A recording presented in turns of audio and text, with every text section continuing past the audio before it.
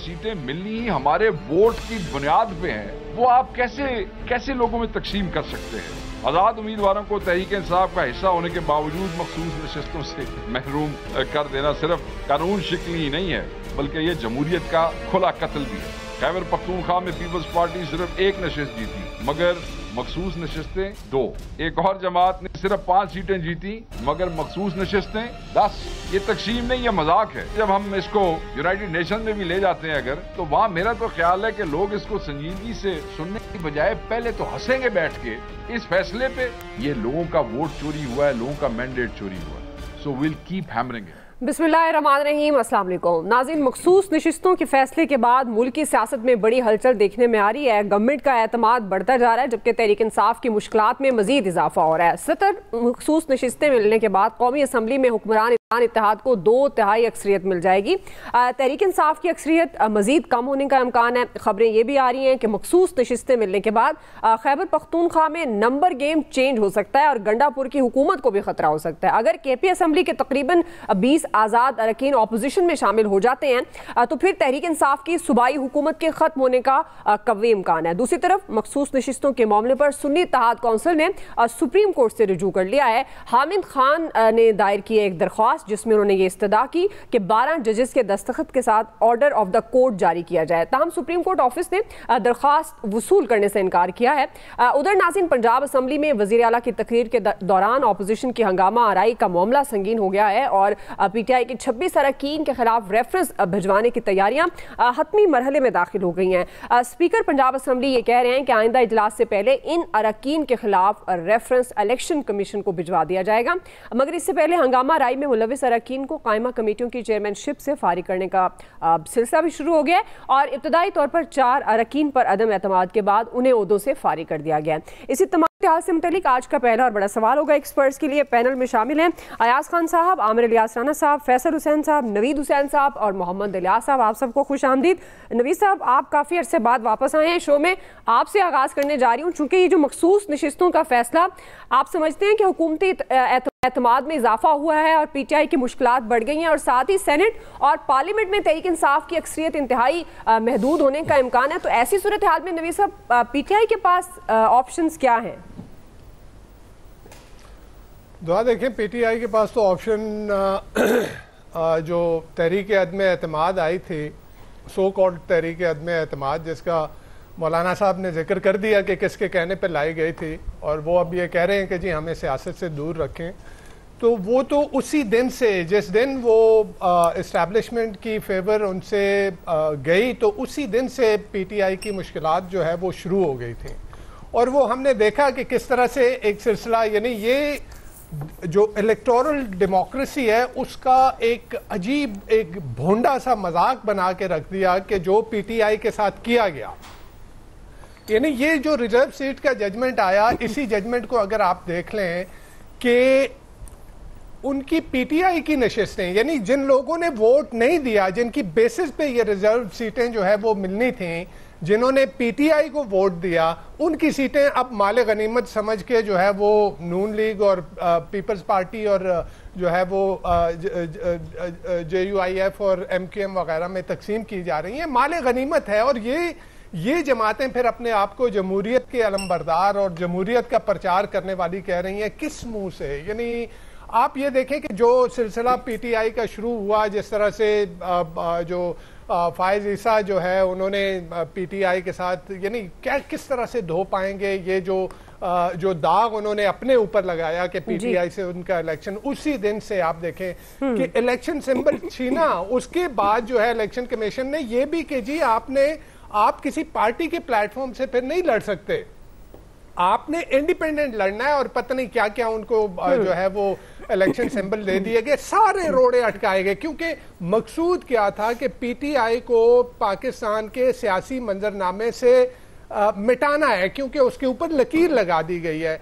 तो आपने जो कुछ भी किया उसके बावजूद जो है वो PTI इलेक्शन जीत के आती है और सबसे बड़ी जमात बन के आती है। अंदाजा लगाएं कि वो जमात जो सिंगल लार्जेस्ट पॉलिटिकल पार्टी के तौर पे आती है, आपने उससे पॉलिटिकल पार्टी का स्टेटस छीन लिया और फिर यानी जो रिजर्व सीट का जो जजमेंट पिछली कोर्ट का आया था, जो जस्टिस शाह की कोर्ट थी, उनका बेंच था, उन्होंने जो जजमेंट दिया वो जजमेंट कभी इंप्लीमेंट, क्योंकि मकसूद ही नहीं था ना। और फिर 26वीं तरमीम लाई गई। ये सारी कड़ियां हैं जो मिल रही हैं कि 26वीं तरमीम लाई गई। उस वक्त भी मेरे ख्याल में इसी प्रोग्राम में हमने बैठ के कहा था कि इसके पीछे मकासद क्या है। मकासद ये थे कि जी जस्टिस शाह को चीफ जस्टिस नहीं बनने देना, अपनी कोर्ट पैकिंग करनी है, वो जजेस लेके आने हैं जो आगे चल के जो इनके माइंड में था, जो इन्होंने प्लान कर रखा था कि किस तरह से कोर्ट पैकिंग करनी है, किस तरह से, यानी लेजिस्लेचर जो है वो तो मुकन्ना जो है वो तो हमारे हाथ में आ गई। अब जुडिशरी एक चैलेंज है कि जुडिशरी को अपने हाथ में लाया जाए। फिर आपने जुडिशरी को अपने हाथ में लेके लाया गया। ये कहा जा रहा था कि जी नहीं, वो तो जजेस की तादाद कम है सुप्रीम कोर्ट में और जजेस की तादाद, लेकिन सामने आ रहा है एक के बाद एक मिलिट्री ट्रायल, सिविलियन के मिलिट्री ट्रायल के जजमेंट को देखें, उसके बाद जो है इस्लामाबाद हाई कोर्ट में जो एडमिनिस्ट्रेशन की इंटरफेरेंस है उसको देखें, और फिर अब ये रिजर्व केस का जो जजमेंट है इसको देखें। तो किस तरह से पीटीआई से जो है वो मुश्किलात खड़ी की जाती रही कि पीटीआई को नहीं आने देना। सही। और फिर अभी ये कि जी आप ये जो गवर्नमेंट जो यानी सबको पता है कि मैंडेट इसके पास अवाम का नहीं है, जिसके पास अवाम का मैंडेट है उसको आपने साइड पे कर दिया। अब एक अनइलेक्टेड गवर्नमेंट जिसके पास मैंडेट नहीं है उसको आपने 2/3 अक्सरियत दे दी कि वो अब आईने पाकिस्तान के साथ जो वो चाहे कर सके। और अभी तो बात चल रही है 27th अमेंडमेंट की, तो 27th क्या, अब तो 28, 29, 30 जितनी अमेंडमेंट्स ये लाना चाहें अपने इस दौर में ये ला सकते हैं। लेकिन एक बात दुआ मैं ये आखिर में कहता चलूं कि देखें, आप इस तरह के मामलात से, यानी मुकन्ना को अपने हाथ में लेके, एडमिनिस्ट्रेशन को अपने हाथ में लेके, जुडिशरी को अपने हाथ में लेके, आप अगर ये समझ रहे हैं कि आप अपने इक़्तिदार को जो है वो तवालत दे रहे हैं और लोगों के दिलों से आप अगर पीटीआई का सपोर्टर है तो उनके दिलों से जो है वो आप पीटीआई की जो सपोर्ट है या उसकी मोहब्बत है, इन हथकंडों से आप फर्दर जो है उनको उनकी जो सपोर्ट पीटीआई के लिए वो और बढ़ेगी, कम नहीं होगी। सही है जी। आप समझते हैं कि इस तरह से जो कारकुनान है उनकी सपोर्ट बढ़ेगी पीटीआई के साथ, कम नहीं होगी। आमिर साहब, ये जो सीटों का मामला है मखसूस नशिस्तों का, ये माले गनीमत के तौर पे अब बटेगा या फिर आप समझते हैं कि ये हक है उन तमाम सियासी जमातों का जिनके हिस्से में आएगा? और पाकिस्तान तहरीक इंसाफ के पास अब क्या ऑप्शंस हैं? और जिस तरह से 27वीं आईनी तरमीम की बात हो रही है, तो क्या पसे पर्दा 27वीं 27th जो अमेंडमेंट है वो आएगी या फिर आगे क्या होगा? आमिर साहब, दुआ देखें, यहाँ जज्बात से भी हम काम लेते हैं, हम मोहब्बत से भी काम लेते हैं, तलकीन भी करते हैं, लेकिन हमने खबर तो करनी होती है। मैं दावे से कह सकता हूँ कि ये माले गनीमत का लफ्ज़ पूरे पाकिस्तान में सबसे पहले मैंने यूज़ किया था और कहा था कि ये माले गनीमत इन सियासी जमातों में बांटा जाएगा। बट गया। मैंने उस वक्त कहा था जब इमरान खान का ट्रायल 190 मिलियन पाउंड का रुका था कि अब हाई कोर्ट में नए जज आएंगे तो तब इसका फैसला होगा, क्योंकि बकौल इमरान खान के अपने उनके वकील के सुप्रीम कोर्ट में अभी रिव्यू में उन्होंने कहा, लिख के दिया कि ये वो 5 जज हैं जो पीटीआई के हक में फैसला दिया करते थे। तो फिर ये कुछ तो होना ही था, क्योंकि मोहब्बत बंदयाल से लेके साकिब निसार तक पता नहीं कहाँ कहाँ तक फैली हुई थी। जब साकिब निसार साहब ने मोहतरमा बेनज़ीर भुट्टो के 88 के केस का 9 रुकनी बेंच का फैसला 3 रुकनी बेंच से 2017 में नवाज शरीफ को नाअहल करार दे के सारी ज़िंदगी के लिए बदल दिया था। यहाँ बहुत लोग तावीलें देते हैं ना कि जी वो तो 8 रुकनी बेंच था, ये 7 रुकनी है, ये 13 था, वो 12 था।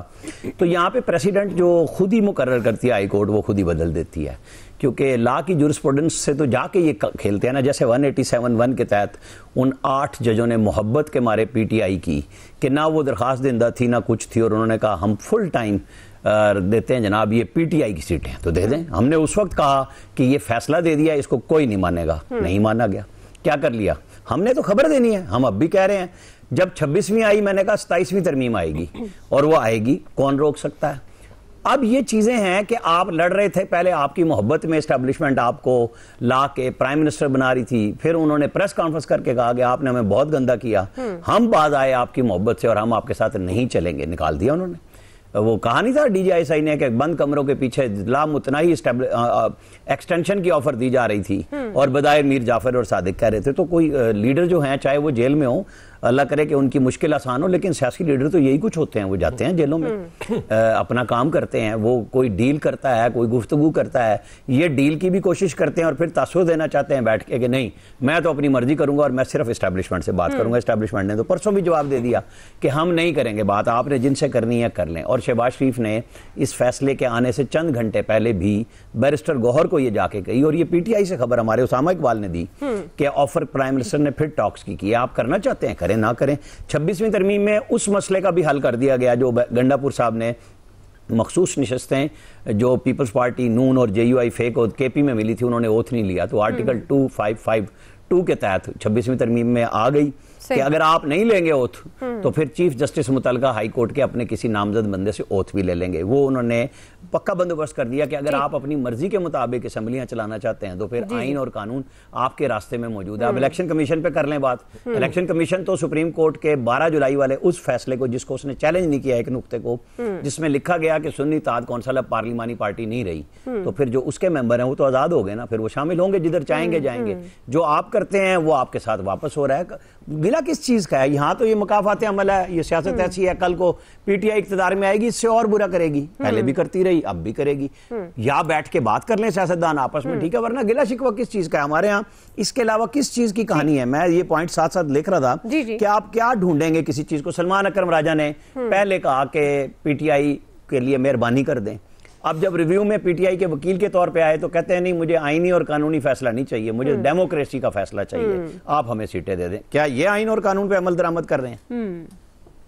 जी अयाज साहब, ये आइन और कानून पर अमल दरामद है या सियासत हो रही है? जैसे आमिर साहब कह रहे हैं कि फिर जब PTI आएगी हुकूमत में तो वो इससे भी बुरा करेगी। तो आइन और कानून की बात यहाँ कैसे हो सकती है? वो कहा जा रहा है कि जी इन्होंने आइन को दुरुस्त कर दिया है, उन्होंने आइन को बर्बाद किया था फैसला दे के पिछले 8 जजों ने, इन्होंने उसको दुरुस्त कर दिया है। तो उसी आइन के तहत जब असेंबलियां तोड़ी गई थी तो 90 दिन में इलेक्शंस नहीं हुए थे ना, तो तब कहाँ था आइन, तब कहाँ था कानून? कानून और आइन जाहिर है सबको पता है इस वक्त किसके पास है और किस तरह से चल रहा है इस मुल्क में। बात मकाफात अमल से मेरा ख्याल आगे जा चुकी है। होता रहा, पीपल्स पार्टी को 11 साल ख़त्म करने की कोशिश की गई, उसके बाद 1988 में मोहतरमा बेनज़ीर भुट्टो वापस तशरीफ़ लाती हैं, इलेक्शन होते हैं, तमाम तर कोशिशें कर ली गई, इसके बावजूद वो जीत गई इलेक्शन, इक़्तिदार दे दिया। ये अनप्रेसिडेंटेड हुआ, ये पहली दफ़ा हुआ इस मुल्क में कि आपने इतना कुछ कर लिया, वो काजी साहब ने बल्ले का निशान छीन लिया, वो इलेक्शन कमीशन जो आइन और कानून से हटता ही नहीं है, वो कमाल ही कर रहा है। वो मुझे याद है अभी तक सिकंदर सुल्तान राजा साहब ने फरमाया था एक दफ़ा इलेक्शन कैंपेन शुरू हो जाए फिर मैं बताऊंगा आपको मेरी पावर्स क्या हैं और ये सबको इजाज़त होगी करने की। वो भी हमने देख ली उनकी पावर्स यही हैं जो वो इस्तेमाल कर रहे हैं, जो उनसे कहा जाता है जितनी। सिंपल बात यह है कि जिसका किरदार मुतय्यन कर दिया गया कि भाई तुमने ये करना है, हमने गर्दान नहीं सुनी यहाँ बैठ के बार बार कि जी मुकदमात बहुत ज्यादा हो गए हैं, जजों की जरूरत है सुप्रीम कोर्ट में, मुकदमात कम करने हैं। मुझे कोई बता सकता है कितने मुकदमात कम हो गए ये नए जज लगाने के बाद सुप्रीम कोर्ट में और ये आईनी बेंच बनाने के बाद? चीजें तो समझ आ रही हैं कि आपने, मेरे ख्याल में जो फॉर्म 47 का एजेंडा था वो इस फैसले के बाद कंप्लीट हो गया। आपने कोशिश कर ली, अपनी पूरी कोशिश कर ली, अब नेक्स्ट जाहिर है वो एक कोशिश होगी उसको PTI की गवर्नमेंट को KP में भी ख़त्म करने की। बहरहाल मेरा मशवरा होगा कि इस तरफ ना जाया जाए तो बेहतर है, क्योंकि वो PTI का जो सपोर्टर है उसको थोड़ी सी ये ढारस होती है कि चलें एक गवर्नमेंट हमारे पास है, वो भी खत्म हो गई तो जाहिर है फिर चीजें मुश्किल हो सकती हैं। बेहतर है कि वो कोई आप ऐसा मोमेंटम या ऐसी तहरीक की तरफ ना जाने दें। और पंजाब असम्बली का आप जिक्र कर रही थी, देखें वो जमहूरियत बेहतरीन इंतकाम की वो अमली सूरत बनी हुई है आजकल पंजाब असम्बली। आज पार्लिमानी निज़ाम जमहूरियत का आलमी दिन है और जो पंजाब असम्बली में आज हो रहा है वो आपके सामने है। बहरहाल मैं नहीं समझता ये मकाफात अमल है, ये उससे आगे की चीज है। जी फैसल साहब, मुकाफात अमल से भी आगे के मामलात हैं, तो आपके ख्याल में अब इसमें पीटीआई का क्या हिस्सा होगा? 27वीं आईनी तरमीम के लिए हिस्सा है जी। वैसे भी प्रो का ही ज़माना है, तो प्रो मैक्स प्रो फैसल साहब। देखिए बात यह है कि इससे बड़ा अलमिया क्या होगा कि जो फैसला आया इस कौम की तवक्कात और जो उनका गुमान था उसके ऐन मुताबिक आया कि पूरी कौम को यकीन था यही फैसला आना है। ये अदालतों पे इस कौम का जो है ना एतबार का आलम है। इससे बड़ा अलमिया क्या होगा कि लोग समझते थे कि इस मुल्क में बंदियाल के दौर में, साकिब निसार के दौर में, जस्टिस गुलजार के दौर में, काजी फ़ायद ईसा के दौर में जो कुछ हो चुका है अब इससे ज़्यादा बुरा नहीं हो सकता। लोगों का गुमान और खुशफहमी जो है ये दूर हो गई। इससे बड़ा अलमिया क्या होगा, मतलब ये कि शायद दुनिया की जमहूरी तारीख में भी आप तलाश करने निकलेंगे ना तो ये मिसाल ना माजी में मिलेगी और आप यकीन कर लें ये मिसाल आपको मुस्तकबिल में भी शायद कभी ना मिले कि पंजाब में और KPK में जो सियासी जमातें हैं उनकी जनरल सीटें कम होंगी और मखसूस नशिस्तें ज़्यादा हो गई। मतलब ये कमाल हो गया, मतलब रिजर्व सीटें उनकी जो जनरल सीटें जो हैं वो कम है और जो उनको मखसूस नशिस्तें मिलने जा रही हैं वो उनकी जनरल नशिस्तों से ज़्यादा हैं। ये जो फैसला है इसको क्या नाम देंगे आप? आपने तहरीक इंसाफ को ख़त्म करना है तो ज़्यादा बेहतर ये है कि इस मुल्क के अंदर जो है ना ये पार्लिमान का खेल ही आप ख़त्म कर दें। भाई आपने 26वीं तरमीम जिस तरह की थी आप इसी तरह 27वीं कर लेते, 27वीं 28वीं 29वीं 30वीं कर लेते, कौन सा मसला था? वो तो बिलावल साहब ने कहा था कि अगर मौलाना फजलुर रहमान नहीं मानेंगे तो हम बहुत ही ड्रास्टिक अंदाज में तरमीम हो जाएगी, तो ड्रास्टिक अंदाज में कर लेते, मौलाना साहब को जो है मना के कर लेते, इदारों को तो बख्श दिया जाता। लेकिन चले ठीक है, अब क्या कर सकते। इस मुल्क को में बेहतर यही है कि पार्लिमानी सियासत को या जमहूरी सियासत को ख़त्म करके एक जमाती निज़ाम जो है वो कायम कर दिया जाए। इस लोगों का अगर इदारों पर से एतबार ख़त्म हो रहा है ना, लोगों का इदारों के ऊपर से, तो ये अच्छा शगुन नहीं है। इसको आप इस तनाजुर में नहीं देखें कि आपको आवाज़ आ रही है मेरी? जी जी बिल्कुल आ रही है फैसल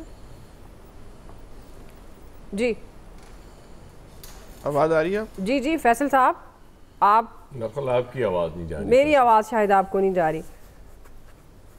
दोबारा आते हैं फैसल, आप मुकम्मल कर लीजिएगा।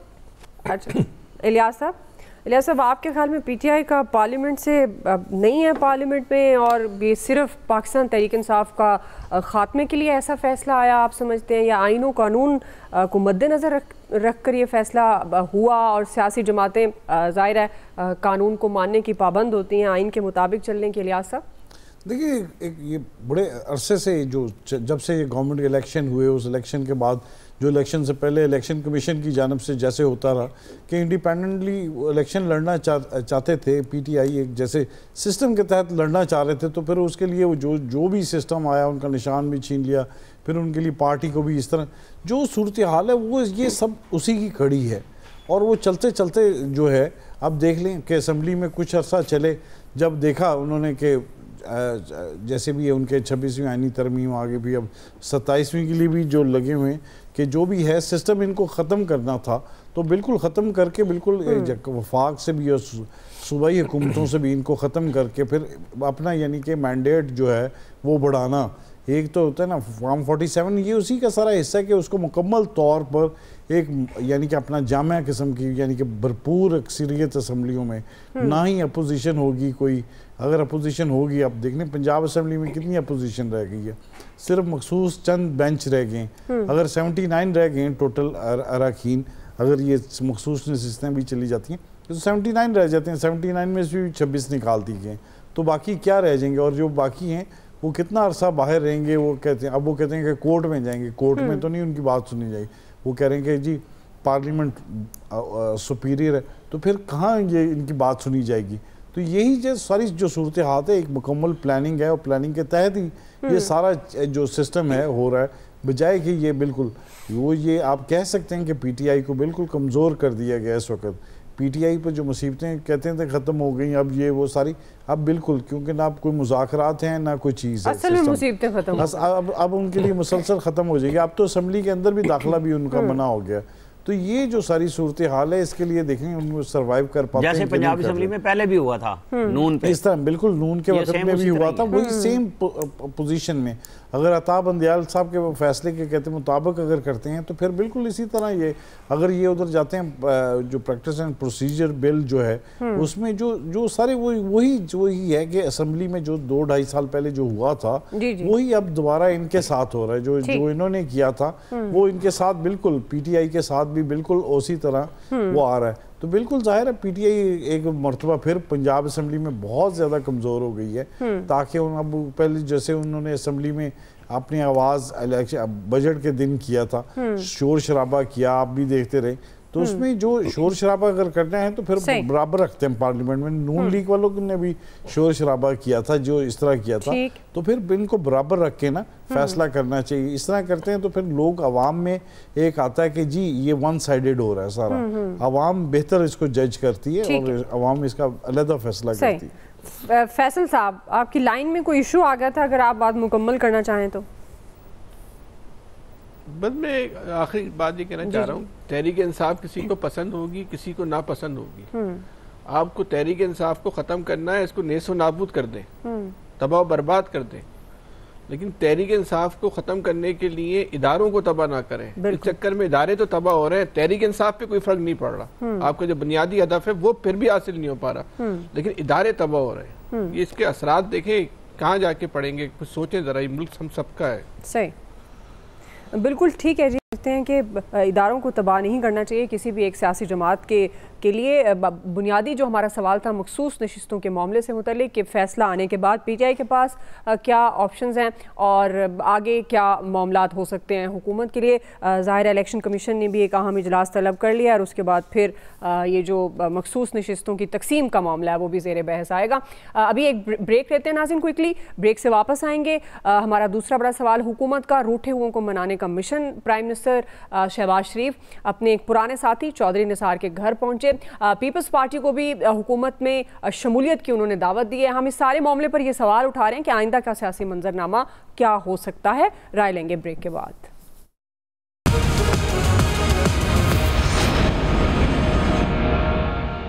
वेलकम बैक नाज़रीन। अदालती फैसले के बाद मुल्क की सियासत में नई सफ़बंदी शुरू हो गई है। गवर्नमेंट ने रूठे हुओं को मनाने का मिशन का आगाज़ कर दिया है।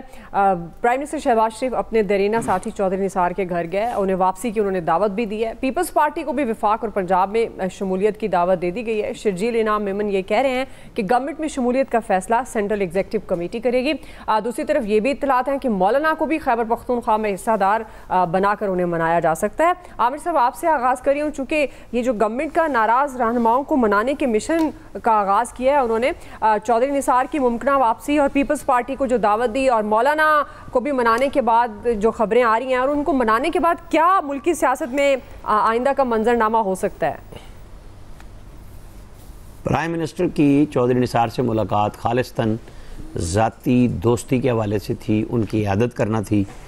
बिल्कुल गलत बात है कि वो रूठे हुए को मनाने गए हैं, ना उनको उन्होंने दावत दी है। फैमिली के साथ खाना भी मुहर्रम के बाद दोनों खाएंगे आपस में। मेरी दोनों तरफ बात हुई कल और हमने खबर भी दी। हमारे पास कोई ऐसी चीज़ नहीं है कि वो मनाने के लिए गए थे। और चौधरी निसार को कोई 2-3 दफ़ा कॉल करने के बाद देखे ना, वो उनकी 40 साल पुरानी दोस्ती है, ताल्लुक़ है, इसके अलावा इसमें कुछ ना ढूंढे आप। और चौधरी निसार भी किसी हुकूमती ओहदे की तलाश में नहीं होते कि वो कोई इस तरह इस चक्कर में पड़ जाएंगे कि कुछ होगा, बिल्कुल भी नहीं। पीपल्स पार्टी बिल्कुल हुकूमत के साथ है। हुकूमती वफ्द की सरबराही बिलावल भुट्टो ज़रदारी ने की। PM ऑफिस के पास कोई आइडिया नहीं है इस पीपल्स पार्टी की कैबिनेट में शमूलियत का। नदीम अफजल चंद के पास नहीं है, बल्कि नवीद कमर तो परेशान है कि ज़्यादा सीटें नून की होगी तो अब हमारे साथ क्या होगा। पंजाब में पहले ही उनके साथ नहीं हो रहा और मुझे तो सारी फोके फायर लग रहे हैं। जब आएंगे तो ये तो हमेशा से बात कह रहे हैं बार बार के जी पीपल्स पार्टी को दावत है। शहबाज शरीफ तो किसी को नाराज नहीं करते, मौलाना फजलुर रहमान नाराज भी होते हैं, राजी भी होते हैं। अब उनका भी मसला हल हो जाएगा जब सेनेट में PTI टिका के खुफिया वोट डालेगी। पीपल्स पार्टी, JUI और सारे जो कैंडिडेट वहाँ पे खरीदने के लिए उम्मीदवार होंगे, नून का भी हो सकता है कोई KP में जब सेनेट के इलेक्शन होने हैं, क्योंकि वो काम तो हो चुका हुआ है, वो होगा। जैसे खुशी से इन्होंने सादिक संजरानी को वोट डलवाए थे ना, 36 के बदले में 64 वोट और जमीर जगवाया था PTI ने सारा। लिहाजा ये सब कुछ वही कुछ हो रहा है जिसको मैं मकाफात अमल कह रहा हूँ।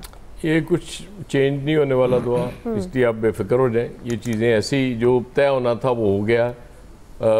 सुप्रीम कोर्ट के फैसले के बाद मेरे छोटे कायद की पार्टी सबसे देखे ना 2/3 मेजॉरिटी वाली गवर्नमेंट, और 2/3 मेजॉरिटी तो मेरे कायद को भी बहुत पसंद थी, तो 2/3 जब मिल जाए अब आप, लेकिन मसला वही है कि 2/3 मेजॉरिटी आपके पास होगी, लेकिन फैसले फिर भी आप इंडिपेंडेंटली नहीं कर सकेंगे। फैसले आपको फिर वही करना पड़ेंगे जो आपसे कहा जाएगा।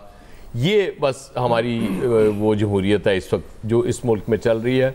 मौलाना फजलुर रहमान साहब कह रहे हैं कि इनकलाब की तैयारी करें जी, अगर वो हुकूमत में आ गए तो इससे इनकलाब तो आ जाएगा इस मुल्क में, बाकी तो कोई इशू ही नहीं। जी इलियास साहब देखिए, मौलाना का तो क्या कहें, गवर्नमेंट की जानिब से ये इनकी कहा जाएगी, पेशकश की जाएगी कि केपी में अपनी गवर्नमेंट बनाए। ये जाहिर है सबको देंगे, मखलूत किस्म की हुकूमत बनाएंगे उधर जैसे भी है।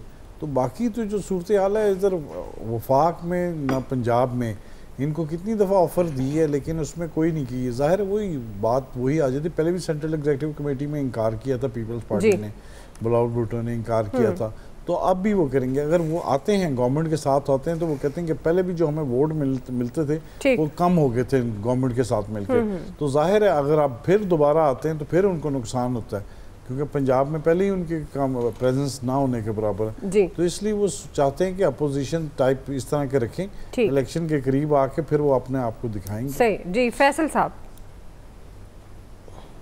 देखिए, बस जो इस वक्त सूरत हाल है, जो कन्फ्यूजन है, अब मसला ये है कि इन जमातों के पास अपना क्या इख्तियार है, क्या फैसले करने। अगर ये फैसला हो गया है कि मौलाना साहब को केपी के हवाले करना है तो बहुत अच्छी बात है, बिल्कुल जो है उनके हवाले कर दें। इनकी 2/3 अक्सरियत कायम करनी है, बहुत अच्छी बात है, 2/3 अक्सरियत कर दे, 100% कर दे, ज़्यादा बेहतर है। 2/3 से ज़्यादा बेहतर है कि आप 100% जो है वो नून लीग की जो है वो अक्सरियत जो है कायम कर दे। पंजाब में भी करते हैं वो, तो अरकान के जो निकल रहे हैं, क्या कहते हैं, इनको फारिग कर रहे हैं शिकायत करने पर, एहतजाज करने पर। उन्होंने जो है वो बजट इजलास के दौरान जो है एहतजाज क्यों किया, तो उनको तो फारिग कर रहे हैं। तो एक कोई ऐसा कानून साजी कर दें कि जो नंबर 2 आया था उसको नंबर 1 करके उसको MPA बना दें, अच्छा हो जाएगा। 100% जो है उनकी अक्सरियत हो जाएगी। कोई कुछ भी हो सकता है, बड़ा अच्छा सिस्टम चल रहा है माशाल्लाह से। चले नवीद साहब। अच्छा दुआ, मेरे ख्याल में पीपल्स पार्टी का जो मसला है वो गालिब का एक शेर है कि ईमा मुझे रोके है जो खींचे है मुझे कुफ्र, काबा मेरे पीछे है कलीसा मेरे आगे। ये पीपल्स पार्टी हर दो अतराफ के मजे लूटना चाह रहे हैं। वो गवर्नमेंट के मजे भी लूटना चाह रहे हैं, वो अपोजिशन के मजे भी लूटना चाह रहे हैं। दूसरी तरफ पीपल्स पार्टी बेसिकली आगे देख रही है बिलावल भुट्टो जरदारी को प्राइम मिनिस्टर ऑफिस में, और नून लीग देखना चाह रही है मरियम नवाज को प्राइम मिनिस्टर ऑफिस में। लेकिन पीपल्स पार्टी को जो पंजाब के बगैर जो है, पीपल्स पार्टी का ये ख्वाब मेरे ख्याल में ख्वाब ही रहेगा। और उसके लिए पंजाब में जो पीपल्स पार्टी है, पंजाब चैप्टर है, वो बेसिकली प्रेशर डाल रहा है कि जी आप गवर्नमेंट में अगर शामिल हो गए तो फिर लोगों ने आपको वोट अगले इलेक्शन में नहीं देना। तो इस वजह से जो है वो पीपल्स पार्टी तजब्जुब का शिकार है। एक तरफ कहा जा रहा है कि जी तय हो गया और ये जो है वो ज्वाइन कर लेंगे, दूसरी तरफ जो है वो लोकल लेवल पे ये अपोज किया जा रहा है कि जी गवर्नमेंट में शामिल ना हुआ जाए, क्योंकि अगर इस तरह से शामिल हुआ गया तो फिर आप नून लीग की बी टीम लगेंगे और नेक्स्ट इलेक्शन में आपको कोई वोट नहीं देगा और बिलावल को प्राइम मिनिस्टर बनाने का पॉइंट आ गया। सवाल मुल्क में आइन सियासी मंजरनामा क्या हो सकता है, राय आपने जानी। आज के एक्सपर्ट से इतना ही। फीडबैक दीजिएगा। ख्याल रखिए। अल्लाह हाफ़िज़।